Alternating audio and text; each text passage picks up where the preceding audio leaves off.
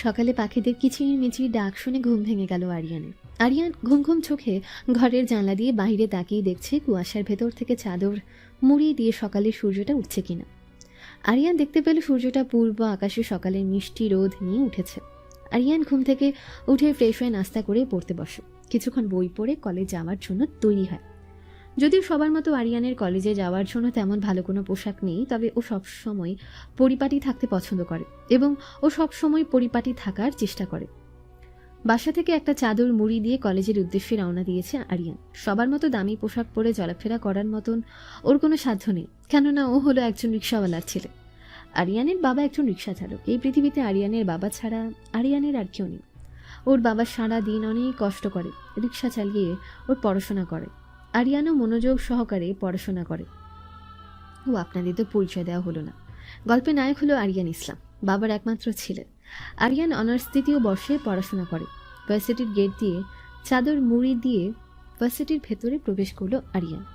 যদিও এটা পড়ে ও প্রতিদিন ভার্সিটিতে আসে। ভার্সিটির ভেতর প্রবেশ করে দেখেছে ওর ভালোবাসার মানুষটা অন্য একটা ছেলের সাথে খুব হেসে হেসে কথা বলছে। এটা দেখে আরিয়ানের মুখের হাসি মাখা মুখটা মলিন হয়ে গেল। আরিয়ান আর রিয়ার কাছে যায় না, তাকে কিছু না বলে সোজা ক্লাসে চলে আসলো। ক্লাসে এসে সবার শেষের বেঞ্চে গিয়ে বসলো আরিয়ান। কেননা ওকে কেউ ক্লাসের তেমন দেখতে পারে না, কারণ ও গরিব। তাই সবাই ওকে নিয়ে অনেক সময় নানান বিষয়ে নিয়ে আলোচনা করে, হাসাহাসি করে, কিন্তু আরিয়ানও তা সব মুখ বুজে সহ্য করে। কিছুক্ষণ পরে আরিয়ান দেখলো রিয়া সেই ছেলেটার হাত ধরে দুজনে হাসতে হাসতে ক্লাসের ভেতর প্রবেশ করলো। তারপরে ওরা দুজন একসাথে একাই বেঞ্চে বসলো। আরিয়ান এটা দেখে তেমন কোনো কষ্ট পায়নি যতটা কষ্ট পেয়েছে আজ রিয়ার কাছ থেকে। কেননা রিয়া আজ একটা বারের জন্য আরিয়ানের সাথে কথা বলেনি। যে রিয়া সবসময় আরিয়ানের সাথে থাকতো ভার্সিটিতে এসে, আর সেই রিয়া এখন আরিয়ানকে দেখেও কোনো কথা বলছে না। কিছুক্ষণের ভেতর স্যার ক্লাসে প্রবেশ করে। সব ক্লাস শেষ করে বাইরে এসে রিয়ার জন্য অপেক্ষা করছে। কিন্তু রিয়া যখন আরিয়ানের সামনে দিয়ে হেঁটে যায় ওই ছেলেটার হাত ধরে, ঠিক তখনই আরিয়ান রিয়াকে ডাক দেয়। রিয়া আরিয়ানের ডাক শুনে দাঁড়িয়ে যায়। এরপর রিয়া আরিয়ানকে যা বলে তা শুনে আরিয়ান নিস্তব্ধ হয়েছে। মুখের ভাষা আরিয়ান হারিয়ে ফেলে।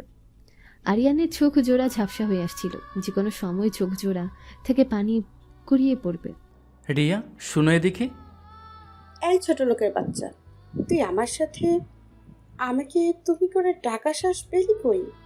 আমার নাম ধরে ডাকার এত সাহস তোর মতো ছোট লোকের জাত কোথায় পেলি? এত সাহস কে দিয়েছে? এসব তুমি কি বলছো রিয়া? তুমি এই 3 দিনের ভিতরে এতটা পরিবর্তন হয়ে গেলে কিভাবে? আজ তুমি কি না তোমার ভালোবাসার মানুষটিকে চিনতে পারছো না? আজ আমি গরিব বলে তুমি আমাকে অনেক অপমান করছো। এভাবে কথা বলছো কেন? আরিয়ানের থেকে কথাগুলো শুনে রিয়া আরও রেগে যায়। এতটাই রেগে যায় যে সে ঠাস ঠাস করে 2টা থাপ্পড় আরিয়ানের গালে মারে রিয়া। রিয়া চর মেরেও থামেনি। সে বলে, এই ছোট লোকের বাচ্চা, তোর এত বড় সাহস তুই আমাকে নিয়ে বাজে মন্তব্য করিস? তোর মতো ছোট লোকের সাথে মজা করা যায়, কখনো প্রেম করা যায় না, বুঝেছিস? আমি তোকে কখনোই ভালোবাসিনি, বুঝেছিস ছোট লোকের বাচ্চা? এসব কি বলছো রিয়া? তুই কান খুলে শুনে রাখ। এই যে আমার পাশে দাঁড়িয়ে আছে আমার বয়ফ্রেন্ড, ওর নাম রাফি। রাফির বাবা একজন বড় নামকরা ব্যবসায়ী। ওর বাবার টাকা পয়সার কোনো অভাব নেই, বুঝেছিস? আর তোর বাবা তো সামান্য একজন রিক্সা চালক। দেখো রিয়া, তোর এত বড় সাহস তুই আবার আমার নাম ধরে ডাকছিস? তোকে আমি বলেছি আমাকে নাম ধরে ডাকবি না, আমাকে এখন থেকে ম্যাডাম বলে ডাকবি। কথাটা মনে থাকে যেন তোর। সরি, ভুল হয়ে গেছে ম্যাম। আপনার নাম ধরে ডাকার জন্য দুঃখিত। তবে ম্যাম, আপনি আমাকে যা বলার বলুন, আমি আপনাকে কিছুই বলবো না। তবে যদি আপনি আরেকটি বারের জন্য আমার বাবাকে নিয়ে কোনো বাজে মন্তব্য করেন, তাহলে তখন আমার চাইতে আর কেউ খারাপ হবে না। এই কথাগুলো বলে ওখান থেকে আরিয়ান চলে আসে। আরিয়ান রাস্তা দিয়ে হেঁটে বাসায় যাচ্ছে, আর আজকের ঘটে যাওয়া ঘটনাকে কেন্দ্র করে যা ঘটলো তা ভাবছে। আর দু চোখে নোনা জল দু চোখ দিয়ে গড়িয়ে পড়ছে। আরিয়ান পড়াশোনাতে ভালো, এজন্য রিয়া আরিয়ানকে প্রেমের প্রস্তাব দেয়।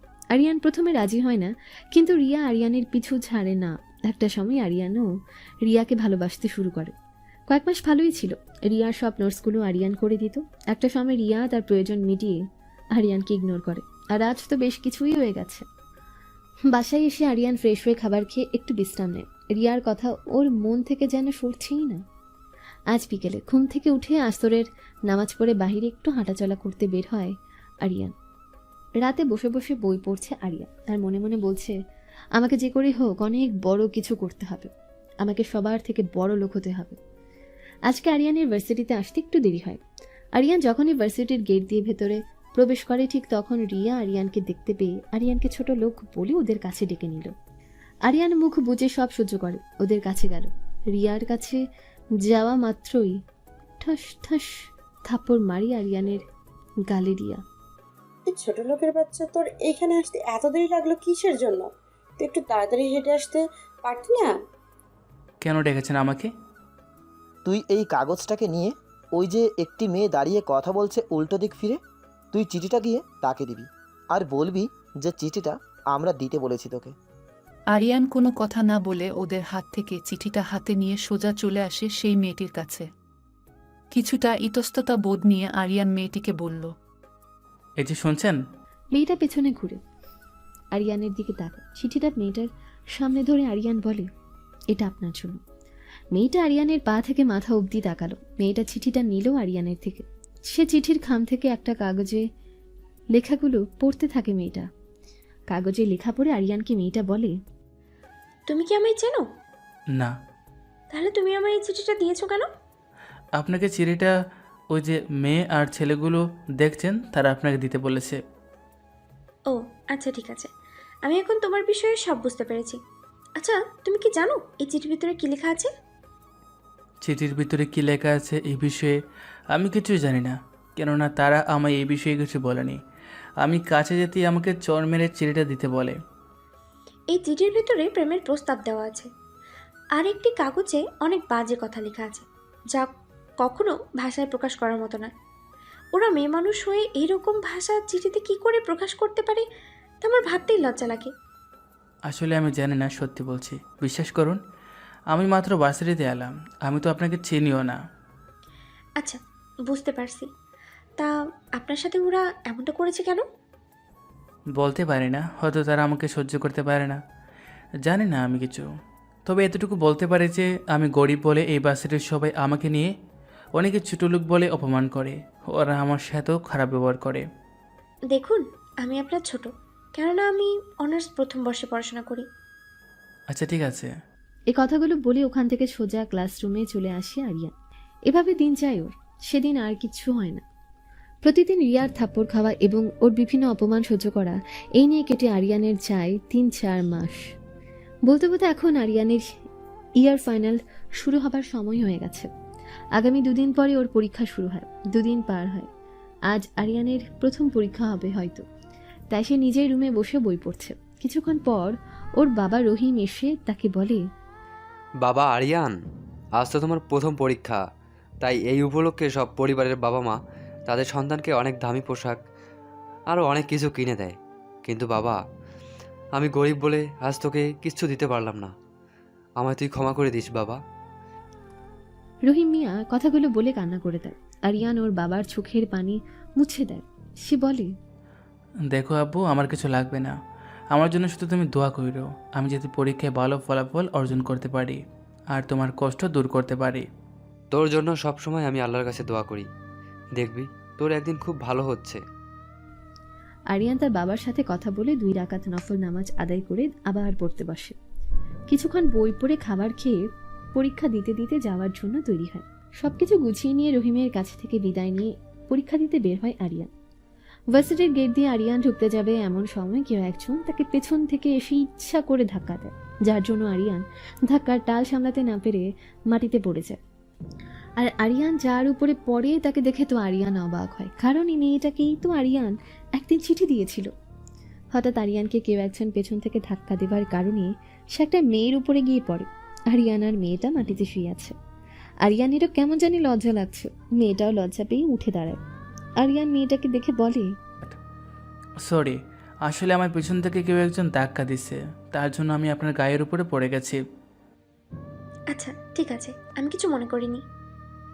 আরিয়ান আর কিছু না বলে সেখান থেকে চলে আসে। মেয়েটাও আর কিছু বলে না। অনেকক্ষণ সিট খোঁজাখুঁজির পর নিজের সিট খুঁজে পেল আরিয়ান।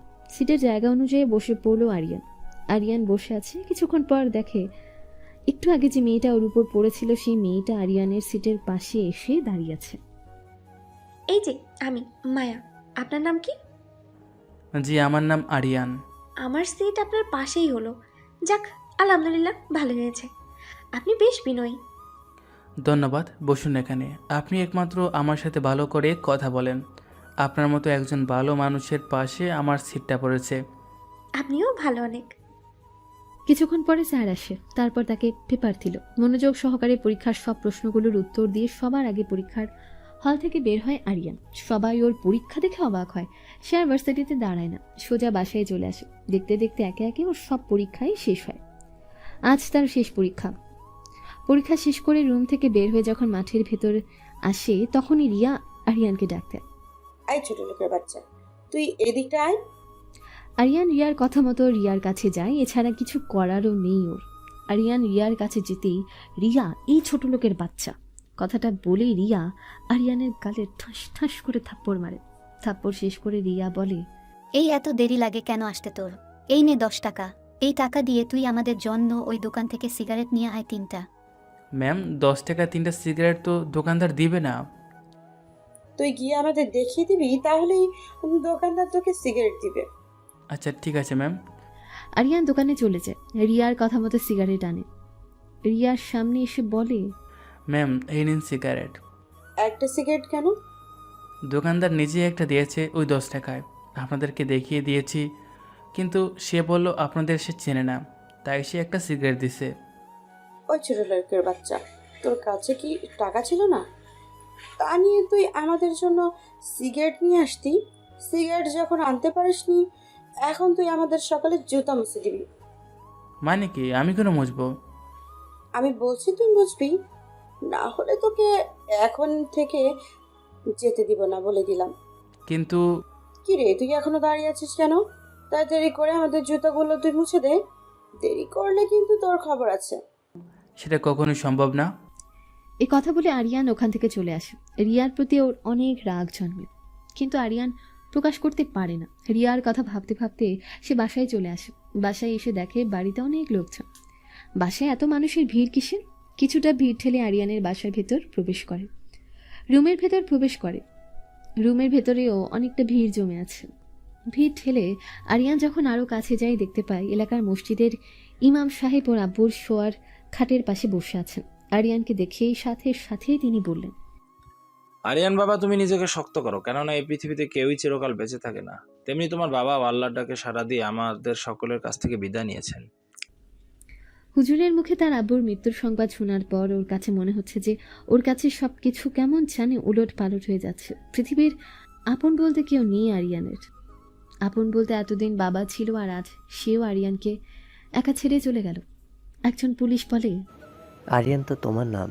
তোমার বাবার রিক্সা চালানোর সময় মেইন রোডের ট্রাকের সাথে ধাক্কাকে অ্যাক্সিডেন্ট করে, সেখানেই মারা যায়। তোমার নাকি পরীক্ষা চলছিল, তাই তোমাকে খবর দেওয়া হয়নি। আরিয়ান কিছু বলতে পারেনি। তার বাবার কথা মনে পড়তে খুব কষ্ট হচ্ছে ওর। বুক ফেটে কান্না আসছে ওর। বিকেলে তার আব্বুর দাফন কাজের সব কাজ শেষ করে বাসায় এসে বসে। বাবার রুমে গিয়ে নিজের বাবার কথা ভাবতে থাকে আরিয়ান। এমন সময় ফজর চাচা আরিয়ানের রুমে এসে বলছে, বাবা, এখন কিছু খাবার খেয়ে নাও, সারাদিন তো কিছু খাবার তুমি খাওনি। ফজর চাচা আরিয়ানের বাবার সাথে রিক্সা চালাতো, একই পাড়াতে থাকে। আরিয়ান কোনো রকম খাবার খায়। তারপর সবকিছুর ভেতর থেকে কেটে গেল একটা সপ্তাহ। আরিয়ান বেশ হতাশায় পড়ে যায়, কারণ তার বাবার ইচ্ছে ছিল আরিয়ান অনেক বড় হবে। কিভাবে সে এখন ওর বাবার আশা পূরণ করবে? বেশ ভাবনা চিন্তা করে সে সিদ্ধান্ত নেয় নিজ শহর ছেড়ে ঢাকা যাবে।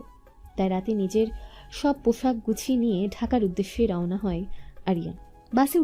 বাসে উঠে যখন সে নিজের সিটে বসতে যাবে তখন ঘটে বিপত্তি। কেননা ওর এই সিটে বসে আছে অচেনা একটা মেয়ে। আরিয়ান তাকে ডাক দেয়, এই যে শুনছেন, এই জানালার পাশের সিটটা আমার। আপনার পাশের সিটটা আমার, কিন্তু আমি জানলার পাশে ছাড়া বসতে পারি না।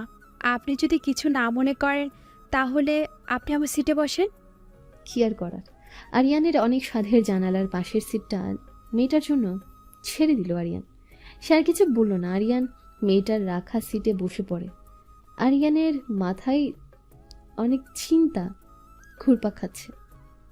বসার কিছুক্ষণ পরে মেয়েটা আরিয়ানকে বলে, আপনি ঢাকাতে যাবেন? হুম। আমি অধর ইসলাম। আমি এই বছর অনার্সে ভর্তি হব। আপনার নাম কি? আমি আরিয়ান ইসলাম। আমিও আপনার সাথে সেম ক্লাসে পড়াশোনা করছি। দেখুন, আমরা দুজনে সেম ক্লাসে পড়ি, সো আমাদের দুজনের মাঝে নো আপনি, অনলি শুধু তুমি ডাকা চলবে, একজন আরেকজনকে। আচ্ছা ঠিক আছে। আচ্ছা, তোমার বাসায় কে কে আছে? আমার এই পৃথিবীতে আপন বলতে কেউ নেই, সবাই না ফেরার দেশে চলে গেছে। কথাগুলো বলতে আরিয়ানের চোখের কোণায় পানি চলে আসলো। খুব মন খারাপ হয় আরিয়ানের। আমি খুবই দুঃখিত। তোমার কাছে তোমার বাবা মায়ের কথা জানতে গিয়ে তোমায় কষ্ট দিলাম, মাফ করে দিও। আর কি যে বলছো তুমি, এটা ব্যাপার না। মন খারাপ হলো, তবে সেভাবে আমি কোনো কষ্ট পাইনি। অধরা কিছু বলল না। সে এতক্ষণ হিজাব পরেই ছিল। পানি খাওয়ার জন্য হিজাব খুলে সে। আরিয়ান অধরার চেহারা দেখে হাঁ হয়ে গেল। সে পুরোই অধরাকে দেখে মুগ্ধ। আল্লাহ পাক যেন ওরে অনেক সৌন্দর্য দিয়ে সৃষ্টি করেছে। অধরার চেহারা যে কেউ দেখলে প্রেমে ওর পড়েই যাবে। আরিয়ান হাঁ করে তাকিয়ে আছে অধরার দিকে। ওর চেহারার দিকে তাকিয়ে আরিয়ান খেয়াল করে অধরার ঠোঁটের নিচে একটা কালো তিল। অধরা দেখতে এমনিতেই অনেক সুন্দর, তার উপরে ওর ঠোঁটের নিচে একটা কালো তিল, যা কিনা ওর চেহারার সৌন্দর্য আরও বাড়িয়ে তুলেছে।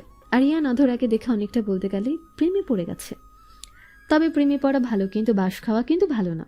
আরিয়ান সেই বাঁশটাই খেয়েছে একবার, কারণ রিয়া ওর সাথে যা করেছে তা মনে পড়তে নিমিষে ওর হাসি মাখা মুখটা মলিন হয়ে গেল। তবে ওরা দুজন বেশ মিশে যায়। আরিয়ান আর অধরা কথা বলল দুজন অনেক বিষয়ে, অনেকটা সময় ধরে। কিছুক্ষণ পরে অধরা ঘুমিয়ে পড়ে। আর ঘুমিয়ে পড়ার পরে ঘুমের ঘোরে আরিয়ানের কাঁধে অধরার মাথা এসে পড়ে। আরিয়ান অধরার মাথাটা সরিয়ে দিল না, যাতে ওর ঘুমটা ভেঙে না যায়। আরিয়ান ওর দিকে তাকিয়ে আছে। ঘুমের ভেতরে অধরাকে একটা ঘুমন্ত পরীর মতন লাগছে। আরিয়ান অধরাকে দেখতে দেখতে সেও ঘুমিয়ে পড়ে। সকালবেলা যখন আরিয়ানের ঘুম ভাঙে, ঘুম থেকে উঠে তো সে অবাক হয়, কারণ ওর পাশের সিটে অধরা আর নেই সেখানে। ও আর তাকে দেখতে পায় না। সবকিছু ওর কেমন যেন মাথার উপর দিয়ে যায়। আরিয়ান ভালো করে বাসের চারপাশ তাকিয়ে অধরাকে খুঁজতে লাগলো, কিন্তু দুঃখের বিষয় হলো আরিয়ান অধরাকে কোথাও দেখতে পেল না। এমন সময় বাস কন্ডাক্টর এসে আরিয়ানকে বলল, ভাই ঢাকাতে এসে পড়েছি, আপনি এখন নামুন। আরিয়ান যখনই ওর ব্যাগটা নিয়ে সিট থেকে উঠবে, তখনই চোখ যায় ওর পাশের সিটের উপরে একটা কাগজের দিকে। আরিয়ান কাগজটা হাত নিয়ে তুলে দেখে এতে কিছু লেখা আছে। আপাতত সে কাগজটা হাতে নিয়ে বাস থেকে নেমে পড়ল। আরিয়ান এই অচেনা শহরের কোথায় যাবে সে কিছুই জানে না। কি করবে সেটা ভাবতে থাকে। এই শহরের আরিয়ান কিছুই চিনে না। এমনি ওর পরিচিত কেউ নেই এই শহরে। জীবনে প্রথম ঢাকাতে এসেছে সে। আরিয়ানের অনেক ক্ষুধা লেগেছে। পেটে ক্ষুধা নিয়ে মাথায় অন্য কোনো বিষয় নিয়ে চিন্তা করলে মাথা থেকে এখন কোনো ভালো আইডিয়া আসবে না, এটা সবাই জানে। কথায় আছে পেট ঠিক তো জগতের সব কিছুই ঠিক। তাই মাথা থেকে এখন সব চিন্তা বের করে একটা রেস্টুরেন্টের ভেতর ঢুকলো আরিয়ান। ভেতরে ঢুকে আরিয়ান কাছে বেশি টাকাও নেই, তাই দামি খাবার অর্ডার করতে পারে না। ডাল ভাত অর্ডার করে খাওয়া শেষ করে। খাওয়া শেষ করার পরে টেবিলেই বসে থাকে। হঠাৎ করে বাসে পড়ে থাকা অধরার সিটের সেই কাগজটার কথা মনে পড়ল ওর। আরিয়ান কাগজটা পকেট থেকে বের করে দেখে এটা একটা চিঠি। বর্তমানে এই ডিজিটাল যুগেও চিঠির প্রচলন, ভাবা যায় এগুলো। কি আর করার, ডিজিটাল যুগের চিঠি পড়া শুরু করলো আরিয়ান। চিঠি পড়ে আরিয়ান খুবই অবাক হয়, কেননা চিঠিটা অধরার, আর সে আরিয়ানের জন্যই লিখেছে। চিঠিতে লেখা ছিল, প্রিয় আরিয়ান, আমি তোমাকে কি করে কথাগুলো বলবো তা বুঝতে পারছি না, তাই আমি তোমাকে এই চিঠিতে লিখে দিলাম। তোমার সুন্দর করে গুছিয়ে বলা কথাগুলো আমার কাছে খুব ভালো লাগে। তোমার ব্যবহার এবং তোমার ভিতরে নেই বিন্দু পরিমাণ অহংকার। তোমাকে আমার কাছে সব দিক থেকেই অনেক ভালো লেগে যায়। তাই তোমাকে আমি এই কথাগুলো মুখে বলার মতো সাহস পাইনি, তার জন্য আমি চিঠিটা লিখলাম। আরিয়ান, তোমাকে আমি ভালোবেসে ফেলেছি। আমি তোমাকে না বলে চলে আসার কারণ হলো আমার আব্বু এখন হাসপাতালে ভর্তি, তার জন্য আমি তোমাকে কিছু না বলে চলে এসেছি। যদি আমার ভালোবাসা সত্যি হয় তবে তোমাকে আমি খুঁজে অবশ্যই পাবো, ইনশাল্লাহ। সবকিছু বুঝলো আরিয়ান, কিন্তু এই অধরা মেয়েটার শুধু শুধু পাগলামো করার মানেটা বুঝলো না। রেস্টুরেন্ট থেকে বের হয়ে থাকার জন্য জায়গা খুঁজতে থাকে সে। অনেক কষ্ট করে একটা বাসা খুঁজে পেল আরিয়ান। কেননা ব্যাচেলারদের জন্য বাসা খুঁজে পাওয়া খুবই কষ্টকর। রাতে খাবার খেয়ে আরিয়ান দিল এক ঘুম। সকালে ঘুম থেকে উঠে নাস্তা করে একটা ছোটোখাটো চাকরি খোঁজার জন্য বাসা থেকে বেরিয়ে পড়ল আরিয়ান। 4-5 দিন ধরে অনেক কষ্টে একটা ওষুধ ফার্মেসিতে একটা চাকরি পেল আরিয়ান। প্রতিদিন সঠিক সময় ফার্মেসিতে যাওয়া আসা করে এভাবে কেটে গেল অনেক দিন। আরিয়ান আগের শহরের ভার্সিটি থেকে টিসি নিয়ে ঢাকার একটা ভার্সিটিতে ভর্তি হয়। আজ এখানে ওর ভার্সিটির প্রথম দিন। ভার্সিটির গেট দিয়ে ভেতরে প্রবেশ করে আনমনে হাঁটছে আর চারপাশ দেখছে। ক্লাসরুম খোঁজার চেষ্টা করছে আরিয়ান। এমন সময় ঠাস করে একটা শব্দ হলো, মানে ওর সাথে কেউ ধাক্কা খেয়ে নিচে পড়ে গেছে। যে আরিয়ানের সাথে ধাক্কা খেয়েছে সে হলো একটা মেয়ে, কিন্তু মেয়েটার মুখে ওর খোলা চুলগুলো এসে পড়েছে বিধায় মেয়েটার চেহারা আরিয়ান দেখতে পায় না। আরিয়ান যখনই মেয়েটাকে তোলার জন্য হাত বাড়ালো তখন মেয়েটা রাগ দেখে নিজেই দাঁড়িয়ে যায়। মেয়েটা দাঁড়ানোর পরে ওর চেহারা দেখে আরিয়ান তো পুরোই অবাক। আরিয়ানের সাথে মেয়েটাও আরিয়ানের দিকে হাঁ করে তাকিয়ে আছে, কারণ মেয়েটার কেউ না, মেয়েটা হলো অধরা। অধরাকে এখানে দেখে আরিয়ান পুরোই শক খেলো। অধরা আরিয়ানকে বলে, আরিয়ান তুমি এখানে? আমি এখানে সেটা বড় কথা না, তুমি এখানে কি করো সেটা হলো বড় কথা। আমার বাসা এখান থেকে কাছে, আর আমি এই ভার্সিটিতে রসায়ন বিভাগে পড়ি। তুমি এখানে কি করো? সেম তোমার মতো আমিও। আচ্ছা চলো এখন আমরা ক্লাসে যাই। ক্লাসে তো যাব, তবে তুমি ক্লাস শেষ করে আমার জন্য বাইরে অপেক্ষা করবে, কথাটা যেন মনে থাকে। হুম। আরিয়ান সবগুলো ক্লাস শেষ করে ভার্সিটির গেটের কাছে দাঁড়িয়ে অধরার জন্য অপেক্ষা করছে। কিছুক্ষণ পরে অধরা আসলো। আরিয়ান চলো, আজ আমি তোমাকে নিয়ে পার্কে ঘুরতে যাব। আরিয়ান না করেনি, সে অধরার সাথে একটা পার্কে ঘুরতে আসে। পার্কে এসে দুজন একটা বেঞ্চে বসলো। কিছুক্ষণ পরে অধরা আরিয়ানের কাঁধে মাথা রেখে বলতে শুরু করলো, আরিয়ান আমি তোমাকে আজ কিছু কথা বলতে চাই। যদিও কথাগুলো আমি যেই দিন তোমাকে প্রথম বাসে দেখেছিলাম সেই দিনই আমি তোমাকে একটা চিঠিতে আমি তোমায় অনেক কিছু বলেছিলাম। আসলে সত্যি কথা বলতে আরিয়ান, আমি তোমাকে প্রচণ্ড ভালোবেসে ফেলেছি প্রথম দেখাতে সেই দিন। তোমার ব্যবহার সবচাইতে আমার কাছে বেশি ভালো লেগেছে। শোনো অধরা, প্রথম দেখায় কখনো ভালোবাসা হয় না, যা হয় তা হলো ভালো লাগা। আর সেই ভালো লাগা নিয়ে ভাবতে থাকলে সৃষ্টি হয় ভালোবাসা। ভালোবাসাকে যদি শস্যক্ষেত্র রূপে কল্পনা করা হয় তবে বিশ্বাস হলো তার বীজ, আর আবেগ হলো তার পরিচর্যা। আরিয়ানের কথা শোনার পরে অধরা যা করলো তা দেখে আরিয়ানের পুরোই শক খাওয়ার মতন অবস্থা হয়। কেননা অধরা আরিয়ানের কথা শোনার পর আরিয়ানকে জড়িয়ে ধরে আরিয়ানের ঠোঁটটাকে ওর আয়ত্তে করে নিল। দীর্ঘ 5 মিনিট পরে আরিয়ানকে ছেড়ে দিল। আরিয়ান অবাক হয়, সাথে এসে শকড হয়ে গেছে, কি করবে বুঝতে পারে না।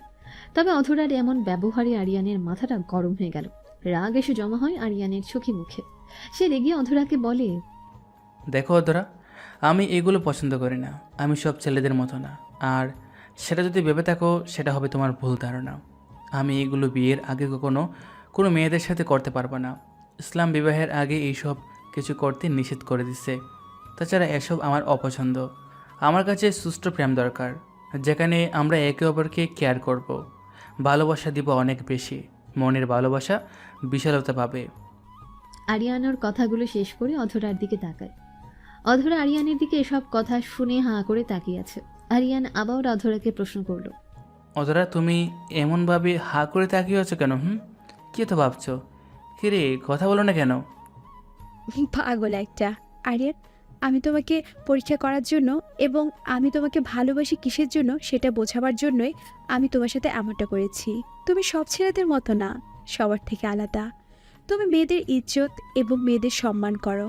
যে ছেলে মেয়েদের সম্মান করে, যে ছেলের ভিতরে অহংকার নেই, সে ছেলেকে আমি না যে কোনো মেয়েই ভালোবেসে ফেলবে। তুমি অনেক ভালো একটা ছেলে, সেটা কি তুমি জানো? কি এটা তোমার প্ল্যান ছিল? যাই হোক, আমি তোমার ভালোবাসার বিষয় সবই বুঝতে পারছি, কিন্তু কোনো কিন্তু হবে না। এখন থেকে আমি তোমার আর তুমি আমার, ব্যাস। আমি তো গরিব, আমার বাবা মা নেই, কেউ নেই। রিক্সা চালাতো আমার বাবা। দূর, এসব জেনে আমি কি করব? কোনো সমস্যা নেই, যেটা বললাম সেটা যেন মনে থাকে। আচ্ছা ঠিক আছে মহারানী, আপনি যা বলবেন সেটাই হবে। তারপরে ওরা কিছুক্ষণ পার্কে আড্ডা দিয়ে বাসায় চলে আসে। ছোটখাটো চাকরি, পড়াশোনা আর অধরাকে নিয়ে আরিয়ানের এখন নতুন চিন্তা শুরু। এসব কিছু নিয়ে ঠিকই চলছিল আরিয়ানের জীবন, কিন্তু আরিয়ানের স্বপ্ন সে অনেক বড় হবে। কিছুদিন পর হঠাৎ একদিন অধরা আরিয়ানকে বলে, আরিয়ান, আমার বাবা তোমার সাথে দেখা করতে চেয়েছে। কি এখন? কিন্তু আমি কিভাবে ওনার সামনে নিজেকে প্রেজেন্ট করব? চিন্তা নেই, সবে পারবা। দেখা করবা, মনে থাকে যেন। বাবা তোমাকে দেখবে, তোমার সাথে কিছু কথা বলবে। আরিয়ান আর কিছু বলে না। আজকে অধরার সাথে অধরাদের বাসায় যেতে হবে তাকে। বিকেল একটু ভালো পোশাক পরে বসা থেকে বের হয় আরিয়ান। সে অধরাকে ফোন দিয়ে আসতে বলল। কিছুক্ষণ পরে অধরা আসলো আরিয়ানের সামনে। আরিয়ান আর অধরা একসাথে অধরাদের বাসায় আসলো। অধরাদের বাসার সামনে এসে আরিয়ান তো পুরোই অবাক, কেননা ওদের বাড়িটা মনে হচ্ছে একটা রাজপ্রাসাদের মতন দেখতে। আরিয়ান অধরার সাথে ওদের বাসার ভেতর ঢুকলো। ভেতরে এসে আরিয়ান তো আরো অবাক হয়, কেননা বাসার বাইরের দিকটা যতটা সুন্দর তার থেকে অনেক বেশি বেশি সুন্দর বাসার ভেতরটা। তারপর বাড়ির ভেতরে আরিয়ান আসতেই তাকে সোফায় বসিয়ে রেখে উপরে অধরা ওর আব্বুকে ডেকে আনতে গেল। কিছুক্ষণ পরে অধরার আব্বু আসলো। আরিয়ান উঠে দাঁড়িয়ে অধরার বাবাকে সালাম দেয়। উনি হাত ইশারায় আরিয়ানকে বসতে বলল। আরিয়ান বসতে অধরার বাবা প্রশ্ন করল, তোমার নাম আরিয়ান, তাই না? জি। তোমরা একই ভার্সিটিতে পড়াশোনা করো তো? দুজনের সাবজেক্ট এক, তাই না? জি, আপনি তো দেখি সবই জানেন। হ্যাঁ, জানতে তো হবেই। অধরা আমাকে সবকিছু বলে। তা তুমি এখন ছোটখাটো একটা কাজ করো আর পড়াশোনা করো, তাই না? দুজন কিছু সময় নিয়ে নিজেদের মধ্যে পরিচয় পর্বটা সেরে নিল।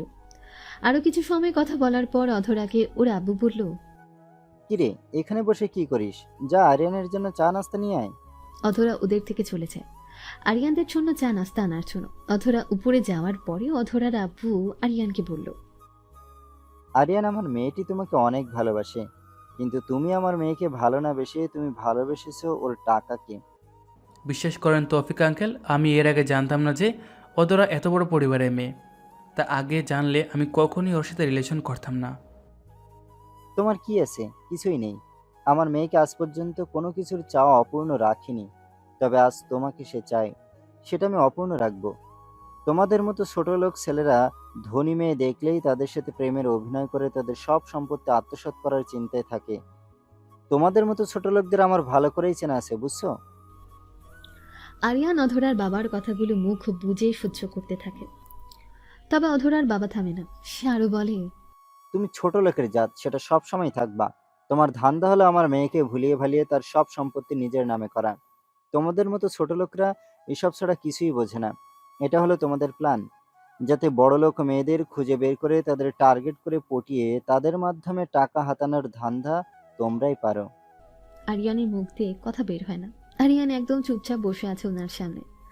অধরার বাবা আরিয়ানকে আরো অনেক কথা শোনালো। সবকিছুই ছিল আরিয়ানকে অপমান করার মতন। আজ আরিয়ান গরিব বলে অনেক কথা তাকে শুনতে হলো। চোখ দিয়ে পানি পড়তে শুরু করে, তবে খুব কষ্টে সে আটকে রেখেছে। দুজনে চুপচাপ বসে আছে। কিছুক্ষণ পরে অধরার আব্বু আরিয়ানকে বলল, তুমি আমার মেয়েকে ভুলে যাবে, কথাটা ভালো মতোই মনে রাখবে, বুঝেছো? ওর সাথে মেলামেশা করবে না, বলে দিলাম। সেটা কখনো সম্ভব না। আমি এটা পারবো না। আমি তাকে অনেক বেশি ভালোবাসি। আমি তো তাকে ছাড়তে পারবো না। চুপ! আমি দ্বিতীয়বার এক কথা বলতে পারবো না। আমার পক্ষ তাকে বলা অসম্ভব। আরিয়ানকে অধরার বাবা আরো কড়া কথা শোনে। এক পর্যায়ে আরিয়ানকে দারোয়ান দিয়ে বাসা থেকে বের করে দেয়। আরিয়ান বেশ কিছু সময় অধরাদের বাড়ির দিকে তাকিয়ে থাকে। দীর্ঘ একটা শ্বাস নিয়ে আরিয়ান মুচকি হাসল। আরিয়ান চুপচাপ সেখান থেকে বের হয়ে আসে। বাসার বাইরে এসে আন মনে রাস্তায় হাঁটতে থাকে ও। মনের ভেতরে অনেক ভাবনা এসে জমা হয়েছে। সে বিড়বিড় করে বলে, হায় রে আজব দুনিয়া। যার টাকা নেই তার কেউ নেই, যার টাকা আছে তার সব আছে। তবে বড় মনীষীরা বলেছেন, অসহায়কে অবজ্ঞা করা উচিত নয়, কারণ মানুষ মাত্রই জীবনের কোনো না কোনো সময় অসহায়তার শিকার হবে। অন্যদিকে অধরা নিচে এসে দেখে আরিয়ান নেই। চারপাশে তাকায় অধরা। আরিয়ানকে দেখা যায় না। অধরা তার বাবাকে প্রশ্ন করে, আব্বু, আরিয়ান কোথায় গেছে? তাকে দেখছি না যে। ওর নাকি জরুরি একটা কাজ আছে, তাই ও চলে গেছে। ও বলছে পরে এক সময় ও আবার আসবে তোর সাথে। এখানে এর আগে যা ঘটে গেছে তার কিছুই অধরা জানে না। অধরা আরিয়ানকে কল দিয়েছিল, কিন্তু আরিয়ান আপাতত রিসিভ করেনি। আরিয়ান অধরাকে ছাড়বে না, সে অধরার সাথে থাকবে। কেটে যায় কয়েকটা মাস। একদিন আরিয়ান রাস্তা দিয়ে যাচ্ছিল। হঠাৎ একটা গাড়ি থেকে অধরার বাবা নামে। আরিয়ানের সামনে আসে। আরিয়ানকে বলে, তোকে বলেছিলাম আমার মেয়ের থেকে দূরে থাকতে, তুই তো শুনিসনি। আমার মেয়ের সাথে থাকলি, এজন্য তোকে পস্তাতে হবে। দেখুন আঙ্কেল, আমি ওকে ভালোবাসি, তাকে কিভাবে ছাড়বো? চুপ কর ছোট লোকের জাত। তোর বাপ একটা ছোট লোক, তুইও হয়েছিস তেমন ছোট লোক। দেখুন, আমাকে যা ইচ্ছা বলুন, আমার বাবাকে নিয়ে কোনো কথা বলবেন না, এর ফল কিন্তু খারাপ হবে বলে দিলাম। তোর বাবা নিচু জাতের জানোয়ার একজন, কারণ তোর মতো একটা ছেলেকে জন্ম দিয়েছে। তোর বাবা একজন, তো ছোট লোকদের বাবা তো আবার একজন হয় না। আরিয়ান রেগে যায়, নিজেকে আর কন্ট্রোল করতে পারে না। অধরার বাবার জামার কলার ধরে। অধরার বাবাকে যখনই ঘুষি মারতে যাবে তখনই পেছন থেকে অধরা চিৎকার করে ডাকে, আরিয়ান, তুমি আমার বাবাকে মারছো? আরিয়ান চমকায়, অধরা এখানে কিভাবে আসলো? অধরার বাবার জামার কলার ছেড়ে দেয় আরিয়ান। অধরার বাবা অধরার কাছে গিয়ে কাঁদো কাঁদো গলায় বলে, মা দেখ না আরিয়ান কেমন ব্যবহার করলো। আমি তাকে এসে বলেছিলাম আমার মেয়ে তোমাকে ভালোবাসে, কিছু টাকা দিচ্ছে, একটা বিজনেস করো, পরে টাকা পরিশোধ করে দিও। তোমার বাবার মতো গরিব থেকো না। আমি ওর বাবাকে গরিব বলেছি বলে আমাকে মারতে আসলো। আমি তো তোকে কখনো আরিয়ানের থেকে দূরে সরে যেতে বলিনি, তুই নিজেই তো দেখলি সে কেমন করছে আমার সাথে। আমি কি করব বল? অধরা আরিয়ানের কাছে আসে। আরিয়ান অধরার হাত ধরতে যায়, কিন্তু অধরা দেরি করে না। ঠাস করে আরিয়ানের গালে কষে কয়েকটা চড় বসিয়ে দেয়। আরিয়ান অবাক দৃষ্টিতে তাকিয়ে থাকে অধরার দিকে। অধরা আরিয়ানকে বলে, তুই সারা ছোট লোক, সারা জীবন ছোট লোকই থেকে যাবি। তোর লজ্জা করে না? তোর মতো রিক্সা চালকের ছেলেকে আমার মতো এত বড়লোক ঘরের মেয়ে ভালোবেসেছে, আর সেই মেয়ের সামনে তার বাবাকে আঘাত করতে। আমার তো এখন মনে হচ্ছে তুই আমার সাথে রিলেশনে আসছিলি আমার টাকার জন্য। কখনো তো নিজ থেকে রিক্সা ভাড়া দিস নে। তোর গায়ে যে কাপড় সেগুলো তো আমার দেওয়া। ছি, ঘৃণা হচ্ছে তোর সাথে কথা বলতে। তোর মতো এত ছোট লোক মানুষের সাথে অধরা থাকতে পারবে না আর। চলো বাবা, এর মতো ছোট লোকের সাথে কথা বলাটাই রুচিতে বাঁধে আমার। অধরা, শোনো আমার কথা। চুপ কর তুই। তোর মুখ থেকে আমার নাম শুনলেও ঘৃণা লাগছে। অধরা রাগ করিস না, তুই ওর জন্য কষ্ট পাবি। আমি দরকার হলে ওর হাত পা ধরে মাপ চাইবো, তবু এমন করিস না, ওকে ছেড়ে দিস না। বাবা, তুমি চুপ করবে? ছোট লোকের জাতের কাছে তোমাকে নিচু হতে হবে না।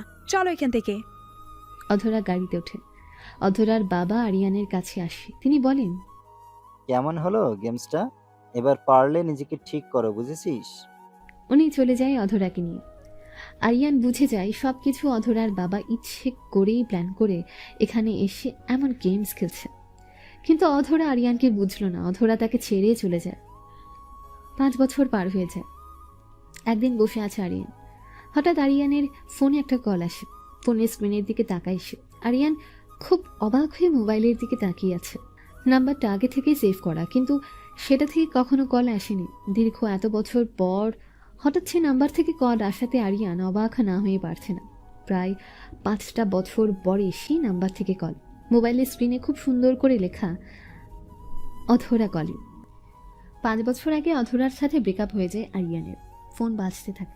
আরিয়ান ডুব দেয় কল্পনায়। 5 বছর আগে তাদের সেই ব্রেকআপের দৃশ্যটা ওর চোখের সামনে ভাসতে থাকে।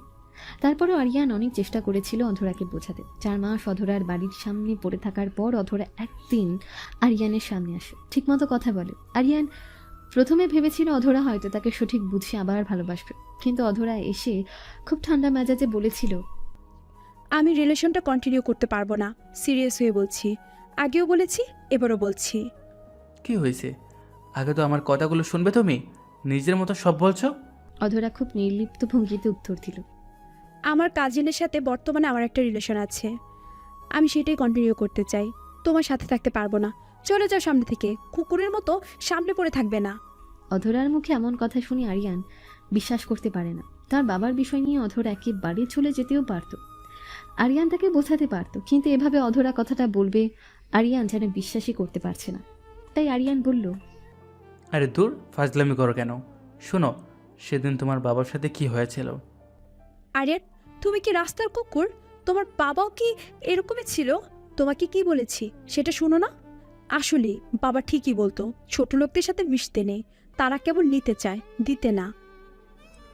অধরার কথাগুলো এবার আরিয়ানের বুকে এসে লাগে। সেখান থেকে চলে আসে। তবে এর পরও আরিয়ান অনেক চেষ্টা করেও আর যোগাযোগ করা সম্ভব হয়নি অধরার সাথে। তার সপ্তাহ দুয়েক পর আরিয়ান খবর পেয়েছিল অধরা ফ্যামিলির সাথে কানাডা চলে গিয়েছে। এ পর্যন্ত অধরা নামটা আরিয়ানের প্রতি রাতের চোখের পানিতে আর ফোন বুকের অধরা নামের আড়ালেই রয়েছে। অধরার কয়েকটা ছবিই যেন আরিয়ানের দীর্ঘশ্বাস কমাতো। এমন অদ্ভুত অপ্রত্যাশিত ব্রেকআপের পর আজ আবার অধরার কল। আরিয়ান বুঝে উঠতে পারে না কি করবে। ফোনটা এতক্ষণ 5 বার বেজেছে। আরিয়ানের হাত কাঁপছে। কি করবে ভাবতে ভাবতে শেষমেশ কলটা রিসিভ করলো আরিয়ান। যতটা না অভিমান কিংবা কষ্ট, তার চেয়ে কৌতূহল ভরা কণ্ঠে আরিয়ান বলল, হ্যালো। কেমন আছো? বুকটা কেঁপে উঠল আরিয়ানের। যাকে সে ভালোবাসত, ভুল বুঝে ব্রেকআপ করে চলে গিয়েছিল, সে মেয়েটাই আজ 5 বছর পর ফিরে এসেছে। আরিয়ানের গলা শুকিয়ে যাচ্ছে। আশেপাশে থাকা আরিয়ানের অ্যাসিস্ট্যান্টরা চুপচাপ দাঁড়ালো। ইশারায় আরিয়ান তাদেরকে বের হয়ে যেতে বলল। অধরার কণ্ঠটা আগের মতন আর বাচ্চা বাচ্চা নেই। নারীতে ছাপ স্পষ্ট কথায় ভেসে আসছে। বয়স থেমে থাকে না, বেড়ে যায়। আরিয়ান বলল, বেঁচে আছি, এখনো মরতে পারেনি। উপাস থেকে কোনো জবাব আসে না। আরিয়ানের কথাগুলো বলতে অনেক কষ্ট হচ্ছিল, কিন্তু তারপরেও কথাগুলো না বলে আর পারল না। তবে বেশ শান্তি লাগছে। অধরাও চুপ, আরিয়ানও চুপ। হঠাৎ নীরবতা ভেঙে অধরা বলল, আই এম সরি আরিয়ান, আমাকে মাফ করে দিবা? I am really sorry, please আমায় মাফ করে দাও। তোমার বিএফ কেমন আছে? বিয়ে করে ফেলেছো, বাচ্চা কাছে কয়টা? প্লিজ আমায় মাফ করে দাও। বলো না, বিয়ে করে ফেলছো, বাচ্চা কাচ্চা। Stop, stop it. অধরা ফোনের এপাশ থেকে চিৎকার করে ওঠে। সেই সাথে শোনা গেল কান্নার আওয়াজ। মানে অধরা কাঁদছে। অধরার কান্না শুনে আরিয়ান কেমন যেন হয়ে পড়ে। নিজের মনে অধরার উপর প্রতিহিংসা কমিয়ে আরিয়ান শান্তভাবে বলল, সেদিন তোমার বাড়িতে যাওয়ার পর তোমার বাবা আমাকে অনেক অপমান করে, তোমার থেকে দূরে সরে যেতে বলে। বাড়ির দারোয়ান দিয়ে আমাকে গাড় ধাক্কা দিয়ে বের করে দেয়। সেদিন রাস্তাতেও আমার বাবাকে নিয়ে বাজে কথা বলেছিল। তুমি তো তোমার বাবার জামার কলার দৌড়াতে আমাকে কত কথাই না শুনাইছিলে। আর তিনি যে আমার মা বাবাকে নিয়ে বাজে কথা বলেছিল, তাহলে কি জামার কলার দৌড়াটা অন্যায় ছিল? এগুলো বোঝানোর জন্য তোমার বাড়ির সামনে করছিলাম। যদিও এসবের জন্য আমি তোমাকে ছাড়তাম না, কিন্তু সেদিন বলেছিলে তোমার রিলেশন আছে আরেকটা। কষ্ট পেয়েছিলাম। কেন এমন করলে আমার সাথে? আরিয়ান এক নাগারে কথাগুলো বলল। অধরা কাঁদতে কাঁদতে অনেক কথা বলল। সে বলল, বিশ্বাস করো আরিয়ান, আমার কোনো রিলেশন ছিল না, কখনোই না। আমাকে বলেছিল বাবা তোমাকে মেরে ফেলবে যদি তার কথা মতো আমি তোমার সাথে রিলেশন ব্রেকআপ না করি। এই জন্য সেদিন রাস্তায় ওনার কথাতে গিয়েছিলাম। যা বলেছিলাম সব ওনার কথা ছিল। আমি তো তোমাকে অনেক ভালোবাসি, তোমার ভালো চাই, সেটা কাছ থেকে হোক বা দূর থেকে। তাই তোমার যেন কোনো ক্ষতি না হয় ভেবে এসব করেছিলাম, বলেছিলাম। তবে আর পারছি না আরিয়ান, অনেক কষ্ট দেয় আমাকে এসব। তারপর বাবা জোর করে কানাডাতে নিয়ে চলে আসে। সব শুনে আরিয়ান অবাক। এত খারাপ কেন অধরার বাবা? আরিয়ান বলল, দেশে ফিরেছো কেন তাহলে? বাবা মারা গেছে, তিনি আর বেঁচে নেই।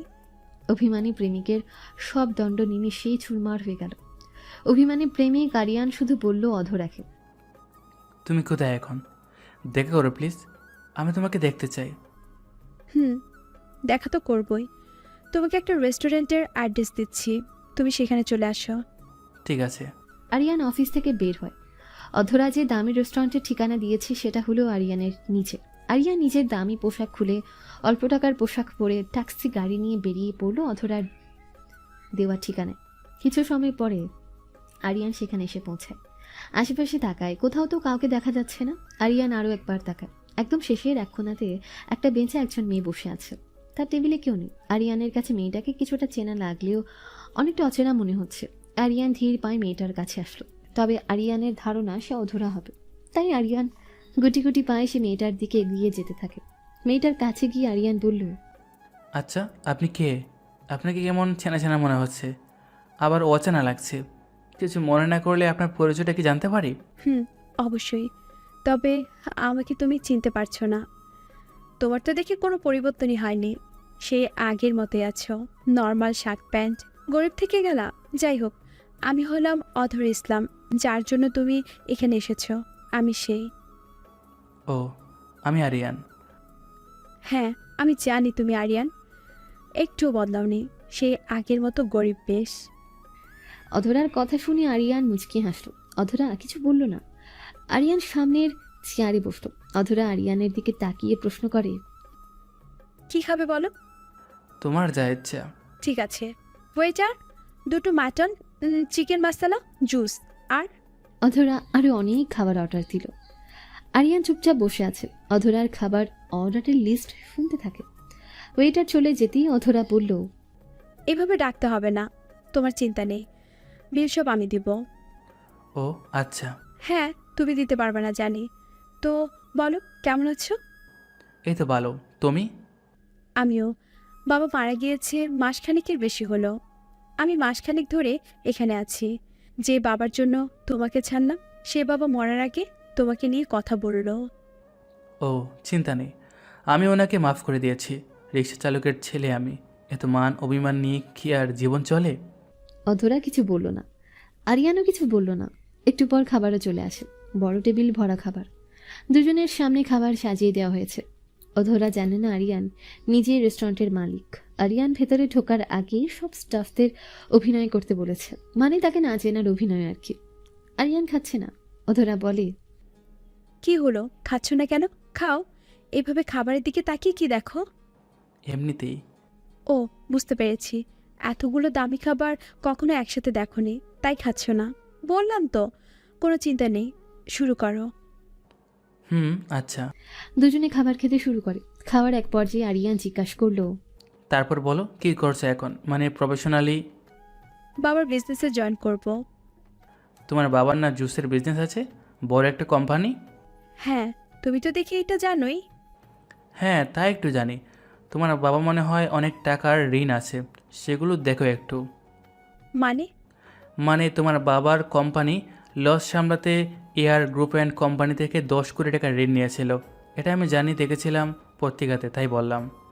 ও হ্যাঁ, সেটা পরিশোধ করব। 5 কোটি আছে, বাকিটা পরে দেখব। আর যদি না হয় তবে বাবার কোম্পানি বিক্রি করে দিয়ে টাকা পরিশোধ করব, তারপর চাকরি খুঁজব, এই আর কি। দুজনে আবার চুপ হয়ে গেল। আরিয়ান অধরাকে দেখতে থাকে। অধরা খাবার খেতে ব্যস্ত। আরিয়ান অধরাকে এখনও ভালোবাসে, তবে অধরাও আরিয়ানকে আগের থেকে বেশি বেশি ভালোবাসে। আরিয়ানের কাছে তা প্রকাশ করতে পারে না। অধরা আরিয়ানের প্রতি দুর্বল, তবু আরিয়ানকে একটু বাজিয়ে দেখছে, যেন সে বুঝতে পারে আরিয়ান তাকে এখনও ভালোবাসে কিনা। তাই ইচ্ছে করে আরিয়ানকে অপমান করে কথা বলছে। আরিয়ানকে প্রশ্ন করলো, তারপর তুমি কি করছো বলো? কি আর করব, আমার পোশাকে দেখে তোমার কি মনে হয় আমি কি করতে পারি? বলো তুমি। তুমি তোমার বাবার বিজনেস সামলাও, আর আমি আমার বাবারটা ধরেছি। ও, তার মানে তুমি রিক্সা চালাও? আমি ঠিক এইটা ধারণাই করেছিলাম তুমি রিক্সা চালাবা। এছাড়া কি যোগ্যতা আছে বলো? হ্যাঁ সেটাই তো, এছাড়া আর কী করবো বলো?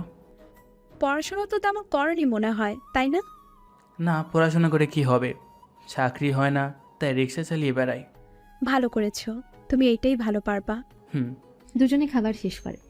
কিছু সময় পর ওয়েটারকে ডাকতেই অধরা। ওয়েটার চলে আসে। অধরা বলে, বিল কত হয়েছে? ম্যাম, বিল দেওয়া লাগবে না। কেন লাগবে না? বিল তো আমাদের স্যার দিয়ে দিয়েছে। মানে কোন স্যার? এই রেস্টুরেন্টের মালিক যিনি। তো তিনি কেন আমাদের বিল পে করবে? উনি আপনাকে অনেক ভালোবাসে ম্যাম, যখন আপনি ভার্সিটিতে পড়তেন তখন থেকেই। সেজন্য আপনাকে আসতে দেখে উনি বের হয়ে গেছে, নিজে বিল দিয়ে গেছে। ও আচ্ছা, ঠিক আছে, যান এখান থেকে। ওয়েটার চলে যেতেই অধরা আরিয়ানকে বলে, আমাকে ভালোবাসে দেখেছো? এই বিশাল বড় রেস্টুরেন্টের মালিক, অথচ তুমি ভালোবাসতে পারলে না। আগে তুমি ভালোবাসতে শিখো, তারপর না হয় বলিও। আমি তোমাকে ভালোবাসি, এখনো বাসি, কিন্তু তুমি তো বাসো না। হ্যাঁ, কারণ আমি এখনও ছোট লোক, বড় লোক হতে পারিনি। তাতে কি, চলো আমরা একসাথে থাকি। না, সেটা সম্ভব না। আর আমার মতো রিক্সা চালকের ছেলে কি আর এসব বড় লোকদের সাথে চলাফেরা করতে পারে? এতে তোমার মান সম্মান যাবে তো। আসি, হ্যাঁ, আবার দেখা হবে কোনো একদিন। আরিয়ান সেখান থেকে চলে যায়। অধরা বসে থাকে সেখানে। হঠাৎ ওর ফোনে কল আসে। আদালত থেকে নোটিশ পাঠানো হয়েছে, আগামী 1 মাসের ভেতরে 10 কোটি টাকা যেন পরিশোধ করে, না হলে ওদের কোম্পানি দখল করা হবে। অধরার মাথায় যেন বাজ ভেঙে পড়ে। কি করবে সে বুঝে উঠতে পারে না। অধরা অনেক টেনশন করতে থাকে। ওদের কোম্পানির ম্যানেজারকে অধরা বলে, আচ্ছা, আমাদের কোম্পানি দখল করার আগে সেটা বিক্রি করে দাও। ম্যানেজার তখন জানায়, ম্যাম, যদি বিক্রি করতে চান বেশি দাম পাবেন না, কারণ এটাকে বন্ধক রেখে তো লোন নেওয়া ছিল। আচ্ছা, তারপরেও দেখি কি করা যায়। ম্যানেজার ফোন রেখে দেয়। আরিয়ান চলে আসে তার বিশাল বড় অফিসে। বর্তমানে সে দেশের number 1 businessman. SR group of company হলো দেশের টপ বিজনেস কোম্পানি, আর সেটার প্রতিষ্ঠাতা আরিয়ান নিজে। কিন্তু কিভাবে, লাস্ট 5 বছরে কিভাবে আরিয়ান নিজেকে এত বড় বানিয়েছে? আরিয়ান নিজেই এখন বিজনেস ম্যাগনেট। 10 দিন পার হয়েছে। অধরার সামনে তার ম্যানেজার দাঁড়িয়ে আছে। তিনি বলেন, ম্যাম, আমাদের কোম্পানি একজন কিনবে জানিয়েছে, তবে আগে 20 কোটি দাম হতো, এখন লোনের কারণে সেটা 15 কোটি বলে। আর আপনার ঋণ সুদ সমেত দাঁড়িয়েছে 15 কোটি। আমি 16 কোটিতে ডিল করেছি, আপনি কি বলেন? ঠিক আছে, দেখা কি করলে ভালো হয়, কিন্তু এমন বন্ধক রাখা কোম্পানিটা কিনবে কে? এআর গ্রুপের মালিক, ওনার বাবার সাথে কথা হয়েছে, আপনার বাবার পরিচিত ছিল, এজন্য নিচ্ছে। তবে গ্রুপের মালিক নিজ থেকে অফার করে। আচ্ছা, তাহলে ঠিক আছে, ডিল ফাইনাল করো। কিন্তু ম্যাম, আপনি বিক্রি করে দিলে কিভাবে চলবেন? দেখি কোথাও চাকরি করব। ম্যানেজার চলে যায়। আরও মাসখানেক পর কোম্পানি বিক্রি করা হয়। কোম্পানির সব পেপারস এসআর গ্রুপের কাছে চলে যায়, আর তারা টাকাও পরিশোধ করে। অধরার এখন অনেক খারাপ অবস্থা। শেষমেশ অধরা নিজেই চাকরির জন্য এখানে সেখানে ঘুরে বেড়ায়। ঘুরতে ঘুরতে একদিন সে এসআর কোম্পানিতে আসে। সেখানে কিছুদিন আগে সিভি জমা দিয়েছিল। সেখান থেকে ডাক আসে। অধরা ওয়েটিং রুমে বসে আছে। আজ ওর ইন্টারভিউ। সে চেয়ারে বসে আছে। এখনো 3 জন পর ও ডাক পড়বে। আরিয়ানকে একটা শার্ট পরে আসতে দেখে ওখানে। অধরাকে বসে থাকতে দেখে সে অধরাকে ডাকে, অধরা তুমি এখানে? তুমি এখানে কি করছো, তাও আবার সুন্দর পোশাকে? ও, বুঝতে পারছি, চাকরির ইন্টারভিউ দিতে আসছো। কিন্তু তুমি তো রিক্সা চালাও। বসো বসো, আমার ডাক পড়বে একটু পর, আমি যাব। তুমি কি ইন্টারভিউ দিতে আসছো? হ্যাঁ, চাকরিটা খুব দরকার। মা চিন্তা করতে করতে অসুস্থ হয়ে পড়েছে। ও, চিন্তা নেই, চাকরি হয়ে যাবে। তুমি এখানে প্রথমবার? আসলে রিক্সা চালাই আর মাঝে মাঝে চাকরি ইন্টারভিউ দিয়ে থাকি। অধরা কে? চলে আসুন। একজন সার্ভেন্ট অধরার নাম ধরে ডাকে।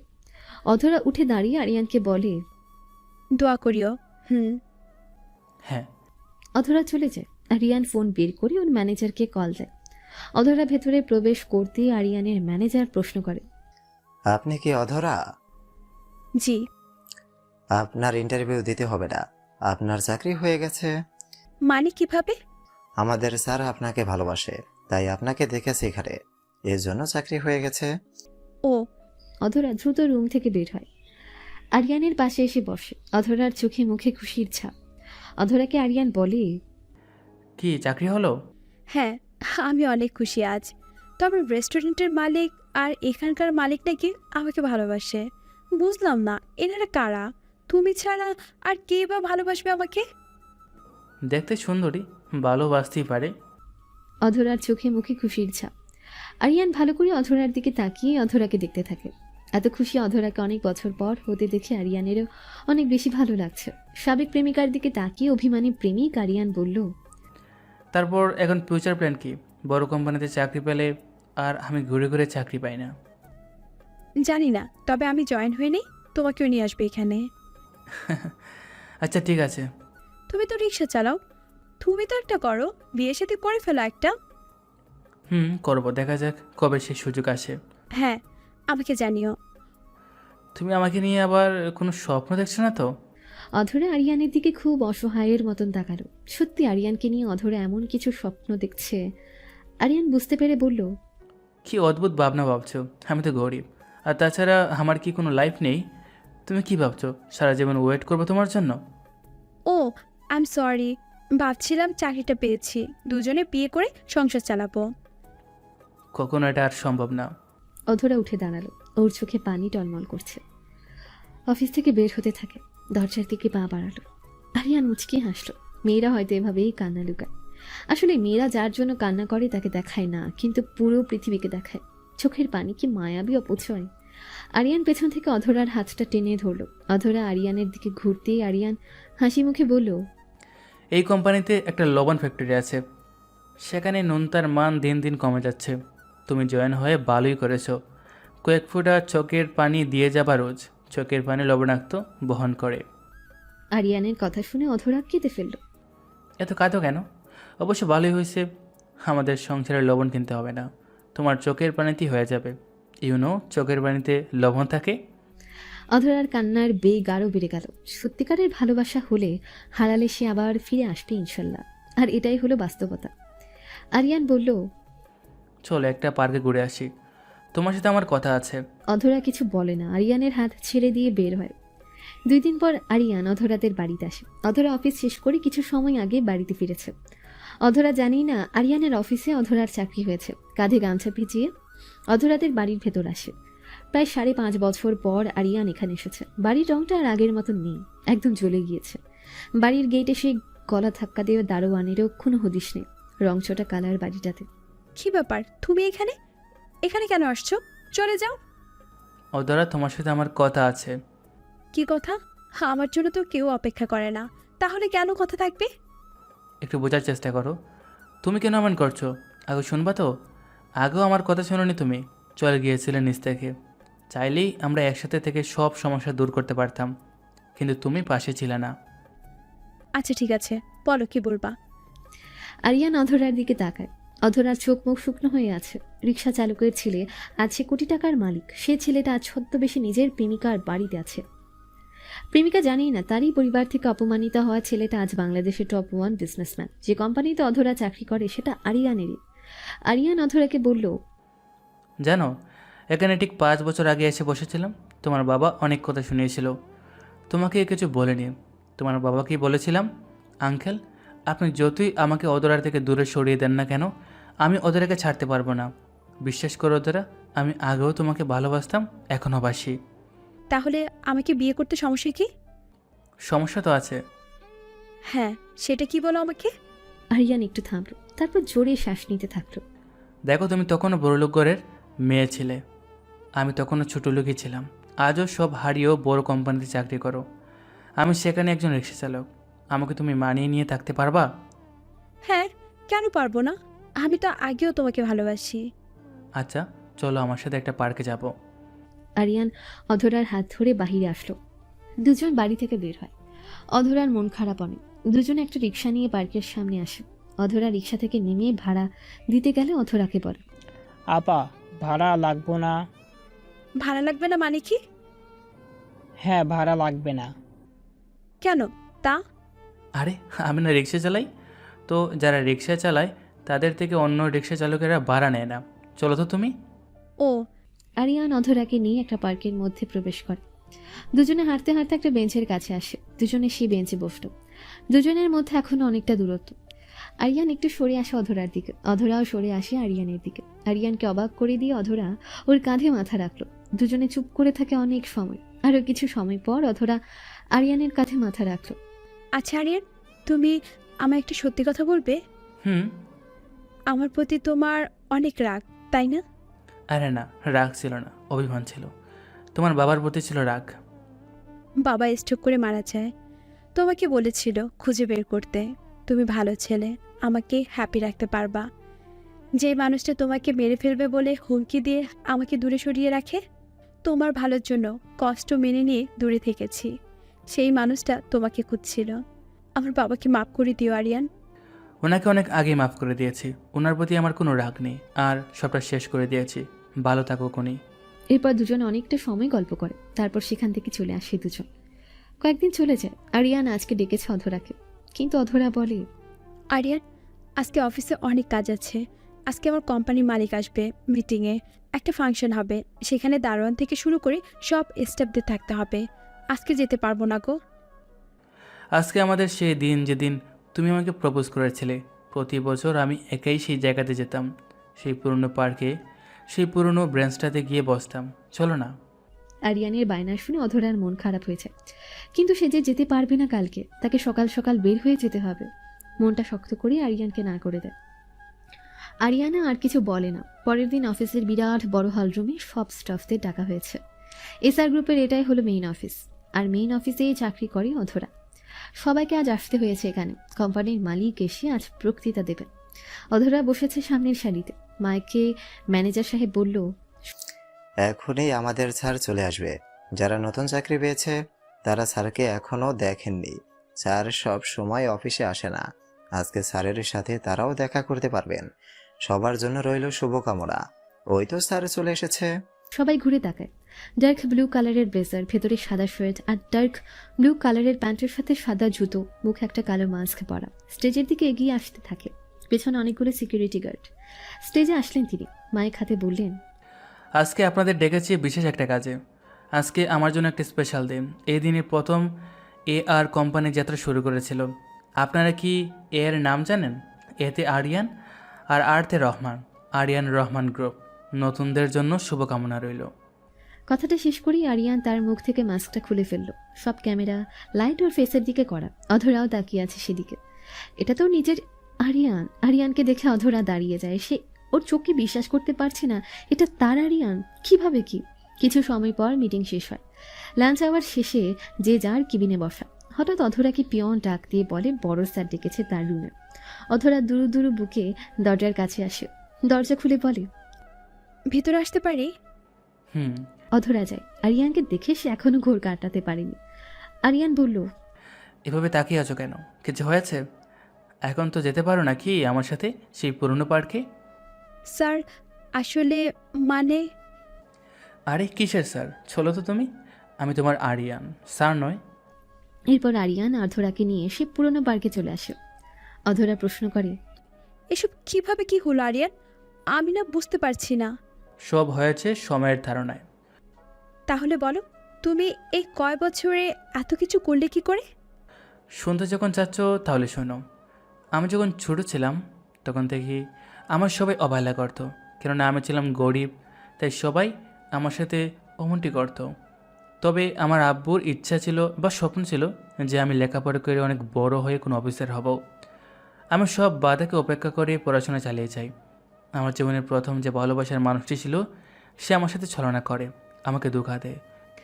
আমার পবিত্র ভালোবাসার মূল্য হয় শেষে ব্রেকআপের মাধ্যমে, কেননা ওই টাকাওয়ালা এক ছেলেকে ভালোবাসে আর যার জন্য আমাকেও অনেক অপমান করত। কিছুদিন পরে আমার আব্বু মারা যায় আর আমি চলে আসি টাকাতে। তারপরে তো তুমি সবই জানো অধরা। তোমার বাবাও আমার কাছে তোমাকে বিয়ে দিতে রাজি হননি, কারণ আমি ছিলাম তখন গরিব বলে। তুমি আমাকে ছেড়ে চলে যাওয়ার পরে আমি নিজেকে কঠোর পরিশ্রমের মাধ্যমে পরিবর্তন করি। যদিও এটা হয়েছিল এক আঙ্কেলের সাহায্যে। যেদিন তুমি চলে গেছিলে মন খারাপ করে রাস্তা দিয়ে হাঁটছিলাম। হঠাৎ দৌড়ে দেখি কয়েকটা ছেলে একজন লোককে ছুরি মারছে। আমি জোরে চিৎকার করাতে ওরা পালিয়ে যায়।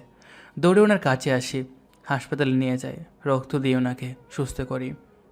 ওনার সাথে পরিচিত হয়ে যায় আমি। ওনার ছোট্ট একটা কোম্পানি ছিল, তোমার বাবা সেটা জোর করে কিনতে চাইছিল। সেখানে উনি আমাকে চাকরি দেয়। তারপর আস্তে আস্তে আমি সেটার হাল ধরি। উনি আমাকে সবটা দিয়ে মারা যান। আর আজ এখন আমার বাড়ি আছে, গাড়ি আছে, টাকা আছে, বড় কোম্পানি আছে। নেই শুধু আমার বাবা, আর নেই আঙ্কেল আজ বেঁচে। বাবার কথা মনে পড়তে নিমিষে আরিয়ানের চোখে পানি চলে আসলো। অধরার সাথে আরও কিছুক্ষণ থেকে বাসায় চলে আসে আরিয়ান। রাতে অফিসের ম্যানেজার কাকা ফোন দিয়ে বলেন, কালকে আবার ইন্টারভিউ আছে স্যার, দ্রুত আসবেন। আচ্ছা ঠিক আছে, সবার সিভি পাঠিয়ে দিন। সিভি পাঠিয়ে দেয় ম্যানেজার। আরিয়ান চেক করে দেখে একজন সিভি দিয়েছে, সে হলো রিয়ার সে বয়ফ্রেন্ড। পরের দিন আরিয়ান সবার ইন্টারভিউ রুমে আসে। একে একে সবার ইন্টারভিউ নিচ্ছে। এমন সময় যে রুম ইন্টারভিউ দিতে আসলো তার কাগজপত্র দেখে এবং তার কাছ থেকে তার পরিচয় জেনে আরিয়ান তো পুরোই অবাক। কেননা রুমে যে প্রবেশ করেছে সে আর কেউ না, সে হলো রিয়ার বিএফ, যার জন্য রিয়া আরিয়ানকে ছেড়ে চলে যায়। যদিও সে আরিয়ানকে চিনতে পারেনি। আরিয়ান সবার ইন্টারভিউ নেওয়া শেষ করে এমন সময় ম্যানেজার কাকা বলেন, বাবা, তোমার সাথে তালুকদার গ্রুপের মালিক দেখা করতে আসছে, তাকে কি আমি ভিতরে আসতে বলবো? কিছুক্ষণ পর তিনি কি ভেতরে আসলেন। তার সাথে অনেক কথা বললো আরিয়ান নানা কাজ নিয়ে। হঠাৎ করে সে একটা কথা বললো আরিয়ানকে। তা শুনে ও অনেকটা অবাক হয়, কেননা তিনি আরিয়ানকে বলেন, বাবা, তোমার সাথে অনেকদিন যাবৎ ব্যবসা করছি, কিন্তু তোমায় একটি কথা বলবো তা বলার সাহস পাচ্ছি না। আসলে বাবা, আমি যতদূর তোমার সম্পর্কে জানি তুমি এখনো বিয়ে করোনি। তোমার তো এখন বিয়ে করার সময় হয়েছে। আমার একটি মেয়ে আছে, ও লন্ডন থেকে মাস্টার শেষ করে এসেছে। তুমি যদি একটিবার ওরে দেখতে তাইলে খুশি হতাম বাবা। আচ্ছা ঠিক আছে, আমি আগামীকাল আমার রেস্টুরেন্টে যাব, আপনি তাকে সেখানে আসতে বললেন। আচ্ছা ঠিক আছে বাবা, আমি ওরে তোমার দেওয়া ঠিকানায় পাঠিয়ে দিব। কিছুক্ষণ পরে অধরা অফিসে আসলো। রুমে ঢুকে সোজা আরিয়ানের কোলে এসে বসে পড়ল। ম্যানেজার কাকা অধরার কাণ্ড দেখে মুচকি হাসছে। কাকা অধরার অবস্থা দেখে মুচকি হাসতে হাসতে রুম থেকে চলে গেল। অধরা, তোমার কি একটু বুদ্ধি নেই? তুমি কাকাকে দেখো, তারপরে আমার কোলে এসে বসলে। আমার মনে হয় তুমি লজ্জাশরমের মাথা খাইছো সব। হয়েছে, এত জ্ঞান দিতে হবে না। আগে এখন একটা পাপ্পি দাও। আচ্ছা, তোমার কি আগামীকাল কোনো কাজ আছে? কেন? তোমায় নিয়ে একটা জায়গায় ঘুরতে যাব। অধরা ঘুরতে যাওয়ার কথা শুনে আরিয়ানকে শক্ত করে জড়িয়ে ধরল। এই তো খুশির খবর। আচ্ছা আরিয়ান, আমি তোমায় একটা কথা বলি, যদি তুমি কিছু না মনে করো। বলো। তুমি আমায় বিয়ে করবে কখন? আম্মু তোমার সাথে এ বিষয়ে কথা বলতে চেয়েছিল। তোমাকে আমার নিজের করে কবে নিব তা আগামীকাল বলবো, কেমন? ওকে। পরের দিন সকালে অধরাকে ফোন করে ওদের বাসার নিচে আসতে বলল। আরিয়ান গাড়ি নিয়ে ওর জন্য অপেক্ষা করছিল। এখন আরিয়ান অধরাকে নিয়ে তালুকদার গ্রুপের মালিকের মেয়েকে দেখতে যাবে। অধরা অনেক সুন্দর করে সেজেছে আজ। নীল একটা শাড়ি পরেছে। নীল শাড়ি তো অধরাকে নীল পরীর মতন লাগছে। অধরা ডাকে আরিয়ানের হুঁশ ফিরল। এই যে সাহেব, এত হা করে কি দেখছেন আমাকে? এর আগে কি কখনো দেখেননি? তোমাকে আজকে খুব সুন্দর লাগছে নীল শাড়িতে। অধরা আরিয়ানের কথা শুনে লজ্জা পেল। আরিয়ানের কাঁধে মাথা দিয়ে ওর সাথে কথা বলছে অধরা, আর আরিয়ান ড্রাইভিং করছে। কিছুক্ষণের ভেতরে ওরা গন্তব্যস্থলে চলে আসলো। ওরা চলে আসার আগেই এখানে চলে আসছে তালুকদার গ্রুপের মালিকের মেয়ে। আরিয়ান অধরাকে গাড়ির ভেতর রেখে তালুকদার মালিক ফোন করে বলে তার মেয়েকে বাড়ি আসতে বলতে। তারপর আরিয়ান অন্যদিকে মুখ ঘুরে দাঁড়িয়ে থাকে। একটু পর মেয়েটা এসে আরিয়ানকে বলল, আচ্ছা, আপনি এয়ার গ্রুপের মালিক? আরিয়ান হুম বলে যখনই ঘুরে দাঁড়ালো তখন মেয়েটা অনেকটা অবাক হলো, কেননা মেয়েটার কেউ ছিল না, মেয়েটা ছিল রিয়া। আয়ান, তুমি এখানে? আজ আমাকে দেখে অবাক হচ্ছ? আমি এয়ার গ্রুপের এমডি। যে ছেলের টাকা ছিল না, বড় বাড়ি ছিল না, গাড়ি ছিল না, কিচ্ছু ছিল না, বলে তুমি তাকে তার ভালোবাসাকে ধোঁকা দাও। সে ছেলের সামনে অন্য একটি ছেলের হাত ধরে হেসে হেসে কথা বলতাম। তখন নিজে একটিবার ভেবে দেখেছো যে ওই ছেলেটি তখন কতটা কষ্ট হয়েছিল, যে ছেলেকে সবার সামনে সবসময় ছোটো লোক বলে অপমান করতে। আর আজ সেই ছেলেই হলো এআর গ্রুপের মালিক। তুই বলেছিলে না যে তোর স্ট্যাটাসের সাথে আমার স্ট্যাটাস যায় না? আজ আমি তোকে বলছি, আমার স্ট্যাটাসের সাথে তোর স্ট্যাটাস যায় না, কক্ষুনি যায় না। আমি আমার ভুল বুঝতে পেরেছি, প্লিজ তুমি আমায় ক্ষমা করে দাও। আরিয়ান ঠাস ঠাস করে থাপ্পড় মেরে রিয়াকে বলল, খান খুলে শোনা রাখ, তোদের মতো মেয়েদেরকে কখনো ক্ষমা করে দেওয়া যায় না। তারপরও তোকে আমি ক্ষমা করে দিলাম, ভালো থাকিস। আর হ্যাঁ, আগামীকাল আমার বিয়ে অধরার সাথে। অধরাকে ডাক দেয় আরিয়ান। অধরা আসে, রিয়াকে দেখিয়ে বলল, এই অধরই হলো আমার ভালোবাসার মানুষ, তোর মতো প্রতারক নয়, বুঝছস? এই কথা বলে ওখান থেকে চলে আসে অধরাকে নিয়ে আরিয়ান। আসলে যে মানুষটা অনেকদিন যাবৎ তোমাকে ভালোবেসে আসছে, আজ হঠাৎ করে তোমাকে সে বলল, আমি তোমাকে ভালোবাসি না, তোমাকে এখন আমার আর ভাল লাগে না, তোমার সাথে আমার যায় না, I deserve better than you, ভালো থেকে তুমি। অতপর ফোন নাম্বার ব্ল্যাকলিস্টে, ফেসবুক, হোয়াটসঅ্যাপ, ইমো থেকেও ব্লক। শেষ, সবই শেষ। তোমার এতদিনের সাজানো স্বপ্নগুলো এক নিমিষে ভেঙে চুরমার হয়ে গেল। তোমার এতদিনের বিশ্বাস ভেঙে দিল। তোমার বুকের মাঝে তার জায়গা করে নিয়ে এখন হুট করে সেই জায়গাটা শূন্য করে দিয়ে চলে গেল। এই ব্যাপারগুলো তুমি হয়তো সহজে মেনে নিতে পারবে না, কারণ যাকে ভালোবাসা যায় তাকে কখনো ভুলা যায় না। মনের মধ্যে একবার ভালোবাসা তৈরি হয়ে গেলে সম্পর্কটা না থাকলেও ভালোবাসাটা থেকে যায়, কখনো কমে না। ভালোবাসা সহজ হলেও ভালোবাসার মানুষটাকে ভোলা যে খুব বেশি কঠিন। অধরা প্রশ্ন করল, এই মেয়েটা কি রিয়া ছিল? তুমি মেয়েটাকে ওভাবে কথা না বললেও পারতে। আরিয়া চুপ করে থাকলো, কোনো কথার উত্তর দিল না। অধরাকে নিয়ে অনেক সময় ঘোরাঘুরি করে সোজা অধরাদের বাসায় গেল আরিয়ান। কেমন আছো বাবা? জি ভালো, আপনি কেমন আছেন? আলহামদুলিল্লাহ ভালো। তার সাথে আরো অনেক কথা বলল আরিয়ান, এবং অধরাকে আগামীকাল বিয়ে করবে সে। এ বিষয়ে সে কথা শেষ করে বাসায় আসলো সে। সবকিছু ইসলামিক নিয়মে ওদের বিয়েটা হয়ে গেল। বাসর ঘরের সামনে এখন দাঁড়িয়ে আছে আরিয়ান। 1 কেজি সাহস নিয়ে রুমে প্রবেশ করলো। রুমে প্রবেশ করার পরে দেখে অধরা রাগী মুড নিয়ে দাঁড়িয়ে আছে। তুমি অমনভাবে আমার দিকে তাকিয়ে আছো কেন? এতক্ষণ কই ছিলে? রাত বাজে কয়টা দেখেছো? এইবারের মতো ক্ষমা করে দাও, পরের বার আর ভুল হবে না। কেন, আরেকটা বিয়ে করার প্ল্যান আছে নাকি? নাউজুবিল্লাহ, এগুলো কি বলো? তারপরে বইয়ে রাগ ভাঙানোর জন্য আরিয়ান তাকে কোলে নিয়ে নিল বিছানা শুয়ে।